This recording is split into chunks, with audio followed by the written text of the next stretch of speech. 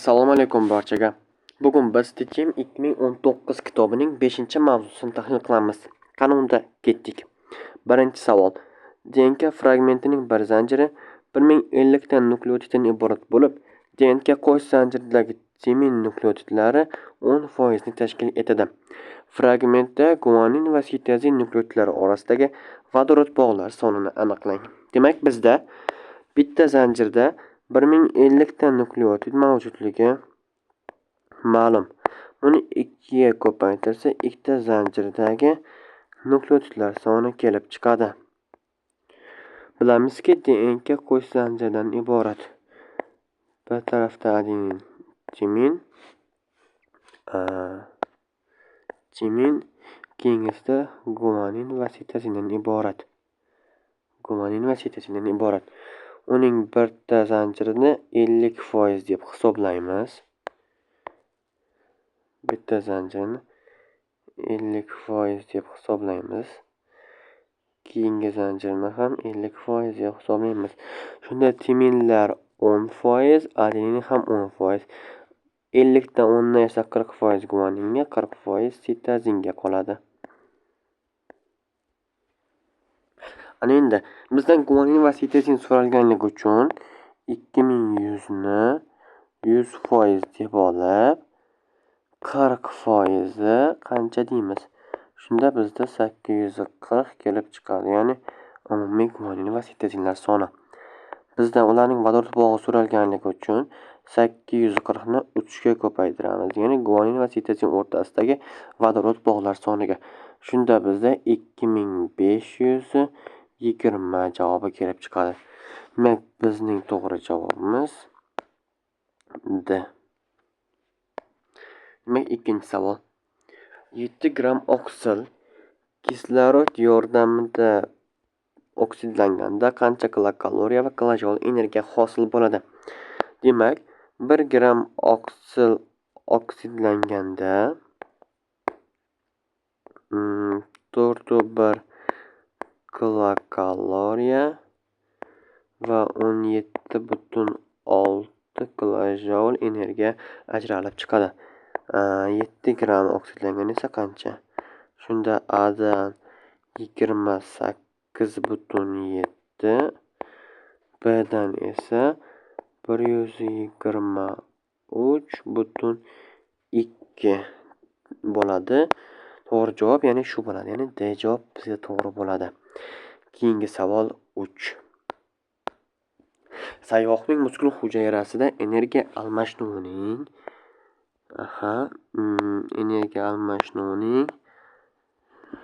glikoliz va tayyorgarlik bosqichlarida kechadigan jarayonlar to'g'ri ko'rsatilgan javobni aniqlang. Demak, glikolizni men A harfi bilan belgilayman. Tayyorgarlikni esa B harfi bilan belgilayman. Demak, ajralgan energiya 60% ning issiqlik energiya sifatida tarqalishi. Demak, ajralgan energiyaning 60% issiqlik sifatida tarqalishi bu glikolizda sodir bo'ladi. Ya'ni 1. Aga to'g'ri keladi. 2. Murakkab uglevodlardan glyukozaning hosil bo'lishi bu tayyorgarlik bosqichida bo'ladi. Chunki ular parchalanib, oddiy organik birikmalardan hosil qiladi. Keyingisi 3. Sut kislotasining kislorod ishtirokida parchalanishi yo'q. Sut kislotasining kislorod ishtirokida parchalanishi 3-bosqichga to'g'ri keladi. Shuning uchun bizdan 3 chiqib ketadi. 4. Energiyaning kam miqdorda ajralishi va barchasi issiqlik energiya sifatida tarqalib ketishi. Bu ham xato emas, to'g'ri va bu B javobga to'g'ri keladi, ya'ni tayyorgarlik bosqichiga. 5. ATF sintezi bu A javobga to'g'ri keladi, ya'ni glikolizga. Bo'ldi, A javobda A ga 4 olingan. Bu xato. A ga 4 B ga olinishi kerak. B javobda ham A ga 2 va 4 olingan. Bu xato. Ular B ga olinishi kerak. C javobda A ga 5 olingan, B ga 2 va 4 olingan. C javob bizda to'g'ri. D javob nima uchun xato? A ga 5 olingan, bu to'g'ri. B ga 1 va 3 olingan. Yo'q, bular xato hisoblanadi.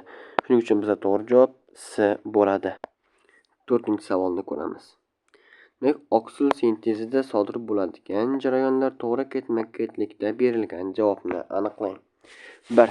DNK asosida informatsion energiyaning sintezlanishi. 2. Oksilning tuzilmasi haqidagi axborot yadrodan sitoplazmaga o'tishi.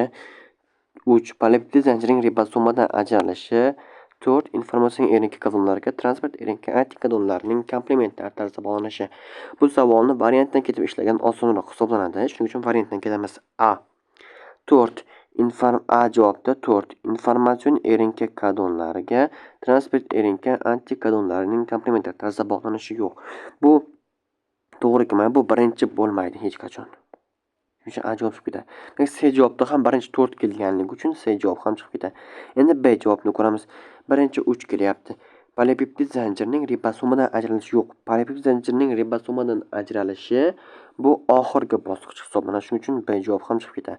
Bizda bitta D javob qolyapti. Bu to'g'ri yoki noto'g'ri ekanligini tekshirib ko'ramiz. Demak, 1. DNK asosida informatsion RNKning sintetlanishi. Bu birinchi to'g'ri keladi. 2. Oqsilning tuzilmasi haqida axborot yadrodan sitoplazmaga o'tishi. Bu ham to'g'ri, ikkinchi bo'ladi. 4. Informatsion RNK kodonlariga transport RNK antikodonlarining to'g'ri kelishi, ya'ni komplementar tarzda bog'lanishi. Uchinchi bo'ladi bu. 3. Polipeptid zanjirining ribosomadan ajralishi. Bu ham to'g'ri. Demak, bu 4-chi bo'lib keladi va D javob bizda to'g'ri. Bo'lmasa 5-savolni ko'ramiz. 5. Xo'rozning spermatozoid hujayrasida N39 bo'lsa, urg'ochining epidermis hujayrasiga xromosomalar holatini aniqlang. Demak, biz xromosoma holatini aniqlashimiz kerak. Demak, xo'rozning urg'ochisi XY, erkagi esa XX ekanligini bilamiz. Ana endi uning eni 39 bo'lsa,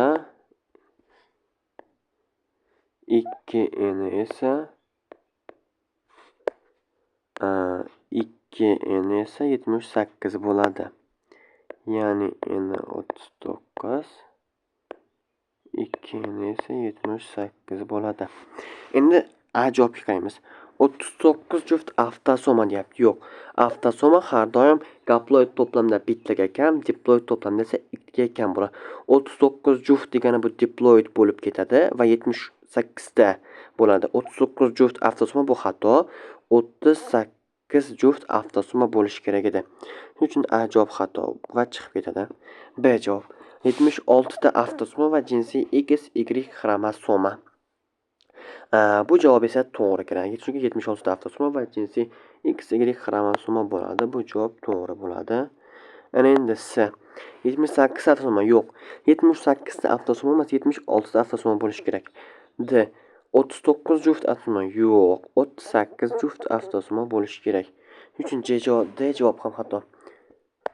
6-savol.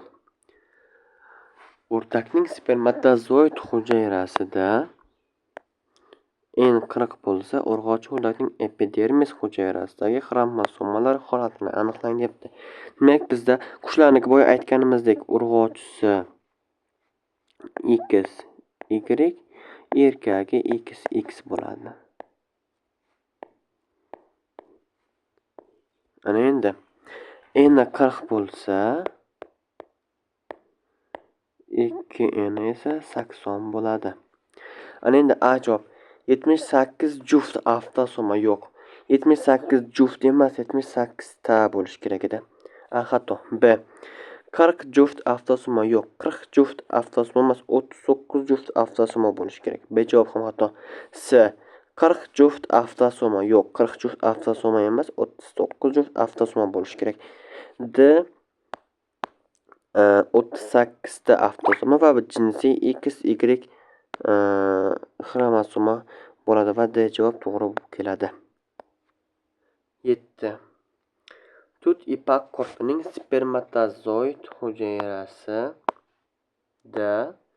karyotipi 28 bo'lsa, gaploidi urg'ochi kapalakning epidermis hujayrasi xromosoma holatini aniqlang. Men kapalaklarda ham urg'ochi va erkagi bor. Erkagi XX ko'rinishda, urg'ochisi esa XY ko'rinishda bo'ladi. N 28 bo'lsa, 2 N esa 56 bo'ladi. Bo'ldi. A javobga qaraymiz. 54 ta avtosoma va jinsiy X, Y xromosoma deyapti. 54 ta avtosoma bo'lsa, bu to'g'ri hisoblanadi, chunki 56 ta 56 ta xromosoma bor o'zi. Shuning uchun bizda A javob to'g'ri keladi. Qolgan javoblarni ham tekshirib ko'ramiz. 56 ta avtosoma emas, 54 ta avtosoma bo'lishi kerak. Yana C javobda ham 56 ta avtosoma deyilgan, yo'q, aslida 54 ta avtosoma bo'ladi. D javobda esa 58 ta avtosoma deyilgan, yo'q. 54 ta avtosoma bo'ladi. Shuning uchun D javob ham xato hisoblanadi. Demak 8. JNK fragmentining uzunligi 132,6 nanometr. JNK molekulasi nukleotidlar orasidagi masofa 0,34 nanometrga teng.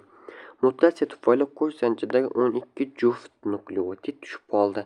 Ushbu holat uchun to'g'ri ma'lumotlarni aniqlang. Informatsion erinkaning barcha kodonlariga transport erinkaning antikodonlari komplementlar. Demak, biz bu yerdan avval nechta nukleotid borligini topib olamiz. 132,6 ni bo'lamiz 0,34 ga. Shunda bizda 390 kelib chiqadi.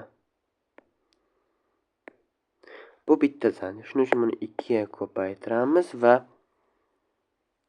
bizda ikkita zanjir kelib chiqadi, ya'ni 780 kelib chiqadi.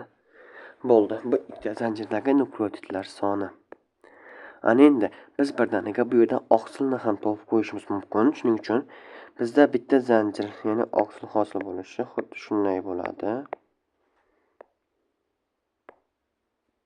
Oqsil 780 ta, 390 ta va 130 ta bu aminokislota bo'ladi.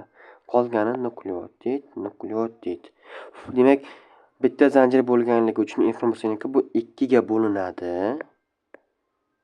2 ga bo'linadi. Oqsilda aminokislotani topish uchun esa o'sha nukleotidlarni 3 ga bo'linadi. Sababi bitta terapet 3 ta nukleotidni kodlaydi. Ana endi topganimdan so'ng endi birinchi savolga qaraymiz. Birinchi savolda dastlabki DNK molekulasi asosida sintezlangan oqsil molekulasi 130 ta peptid bog' bor. Yo'q, 130 ta peptid bog' emas. Peptid bog' 129 ta bo'ladi. Chunki peptid bog' aminokislota sonidan birini ayirganimizda kelib chiqadi va 129 ta peptid bog' bo'ladi. Shuning uchun birinchi savol xato. 2.